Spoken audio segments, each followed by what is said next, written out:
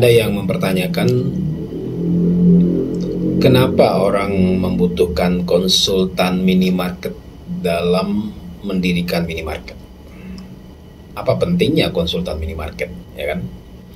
Nah, jadi ada beberapa hal yang akan kita kupas kenapa orang membutuhkan konsultan minimarket. Yang pertama, kita lihat dari perencanaan dulu. Perencanaannya misalkan dari sisi tata layout ruangannya. Nah, sehingga orang yang ingin mendirikan minimarket, dia harus tahu layout ruangannya seperti apa.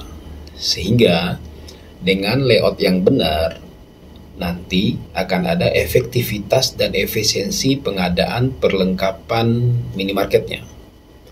Misalkan dalam konteks raknya, meja kasir, kemudian perlengkapan kasir. Nah, kalau seandainya setup awalnya sudah nggak benar, nanti bisa saja terjadi pemborosan ya. Udah beli raknya, tapi ternyata lebih, atau ruangannya kecil, beli raknya yang besar, padahal modal untuk isi barangnya sedikit. Nah, ini terjadi pemborosan. Yang kedua, tentang pengadaan barang dagangannya. Nah, barang dagangannya itu seperti apa? Barang apa yang mau dibelanjakan untuk jualan di minimarket? Nah, kalau seandainya tidak tahu barang mana yang fast moving, kemudian slow moving, akhirnya dibeli sembarangan. Sehingga barang yang dibeli ini nanti akhirnya tidak laku. Yang ketiga, sumber barangnya dari mana? Nah, banyak beberapa orang yang mendirikan minimarket karena dia tidak tahu sumber barangnya itu dari mana, misalkan nggak langsung beli ke grosiran atau ke distributor utama, akhirnya belanja ke orang-orang yang nawarin barang kayak canvassing gitu.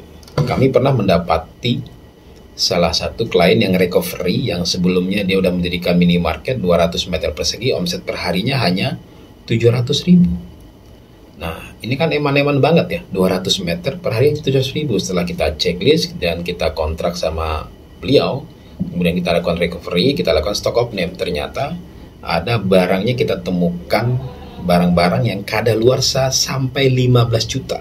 Wah, ini gila banget.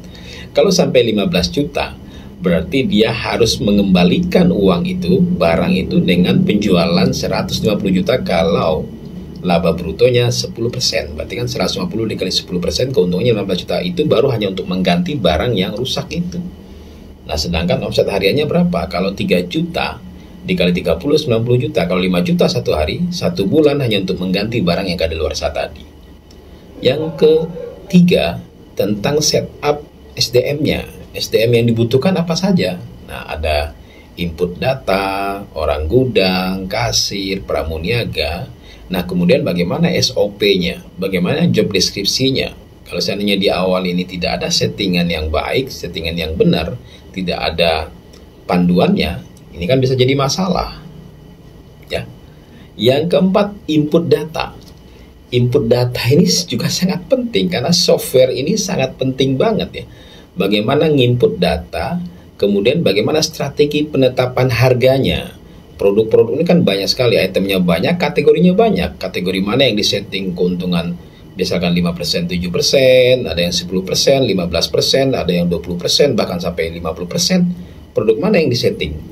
Nah, kalau seandainya tidak tahu, ini kan akhirnya hanya menggunakan feeling saja. Nah, ya kan? Sehingga inilah kenapa pentingnya konsultan minimarket. Yang berikutnya adalah pengadaan softwarenya. Software apa yang cocok untuk toko Anda? Misalnya toko kecil, menengah, dan besar. Apakah yang offline atau yang online? Ini penting banget. Nah, inilah konsultan mengarahkan software mana yang cocok untuk toko Anda.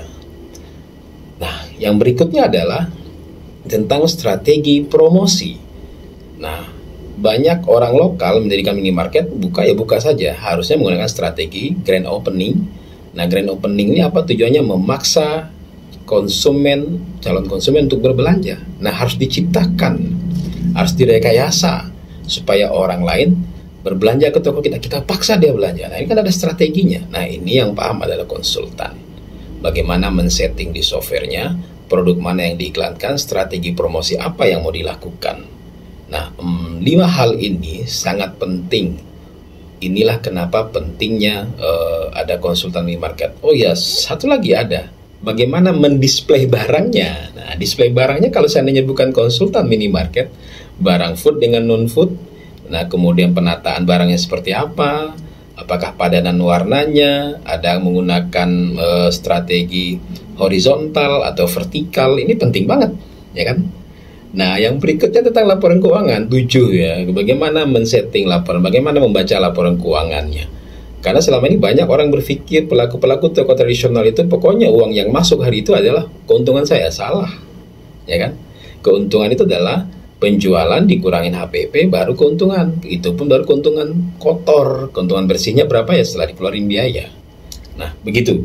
Itulah kenapa pentingnya konsultan minimarket, supaya menjaga investasi Anda efisien dan efektif. Salam sahabat retail, saya Adri Syarizal, CEO Retail Team Indonesia.